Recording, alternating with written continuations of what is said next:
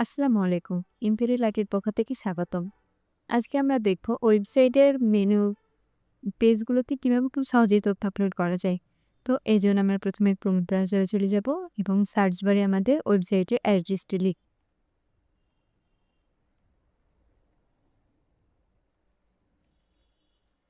অ্যাড্রেসটি লেখা হয়ে গেলে আমরা এন্টার বাটনে ক্লিক করব এবং আমাদের সামনে আমাদের ওয়েবসাইটটি দেখাবে। এখান থেকে একটু নিচের দিকে স্ক্রল করলে আমাদের মেনু এবং পেজগুলো দেখতে পারবো। এইখানে প্রতিষ্ঠান সম্পর্কিত এটা হচ্ছে আমাদের মেনু এবং এর নিচে যে প্রতিষ্ঠান পরিচিতি, প্রধান শিক্ষকের বাণী এবং শিক্ষক তালিকা আছে এইগুলো আমাদের পেজ। আমরা মূলত এই পেজগুলোতে তথ্য আপলোড করে দেখব। আমরা যদি শিক্ষক তালিকা এই পেজটিতে ক্লিক করি তাহলে দেখতে পারবো এখানে কোনোই তথ্য নেই। এখানে কোনোই তথ্য নেই। আমরা এই ফাঁকা জায়গাটাতেই মূলত তথ্য আপলোড করে দেখব। তথ্য আপলোড করার জন্য প্রথমে আমাদের ওয়েবসাইটটি লগইন করতে হবে। লগইন করার জন্য উপরের নেভিগেশন বার থেকে যে শেষে ৩ নাম্বার নীল বাটনটা আছে সেটিতে ক্লিক করা লাগবে। এটি হচ্ছে আমাদের লগইন বাটন। আমরা এই বাটনটিতে ক্লিক করব এবং লগইন করব। আমাদের এখানে ইউজার নেম এবং পাসওয়ার্ড দেওয়া হয়ে গেলে আমরা এই সাইন ইন বাটনে প্রেস করব।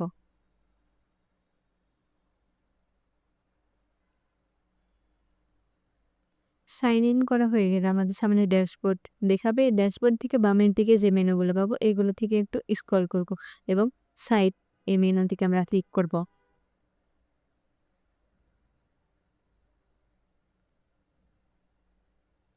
সাইট মেনুটিতে ক্লিক করব এবং একটু স্ক্রল করব। আরেকটু স্ক্রল করলে আমরা পেজ নামের আরেকটি আমরা এই পেজ মেনুটিতে ক্লিক করব। এইখানে আসলে দেখতে পাবো আমাদের অনেকগুলো পেজ তৈরি করা আছে। কিন্তু এই পেজগুলোর ভিতরে আমরা আবার কোনো তথ্য রাখবো।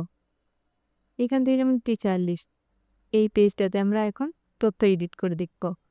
তথ্য এডিট করার জন্য শেষে যে এডিট বাটন আছে এই বাটনটি আমরা প্রেস করব। এই বাটনটিতে আমরা এখন ক্লিক করব। এডিট অপশনে আসলে আমরা দেখতে পাবো আমাদের কনটেন্টে কিছুই নেই, ফাঁকা আছে। আমরা এখানে কিছু একটা দিব। আমি আগে থেকে একটা টিচার লিস্ট বানিয়ে রেখেছি। এটাই এখন দিয়ে দেখাবো।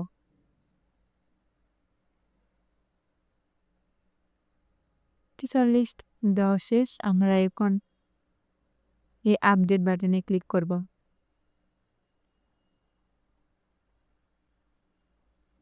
আমাদের টিচার লিস্ট এডিট করা সাকসেসফুল। আমরা এখন টিচার লিস্ট পেজে যাব এবং একবার রিফ্রেশ দিব। নিচে থেকে দেখতে পারবো আমাদের teacher list update.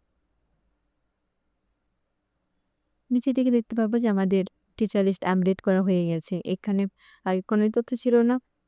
Teacher list দেওয়ার পরে এখানে অনেকগুলো তথ্য দেখাচ্ছে।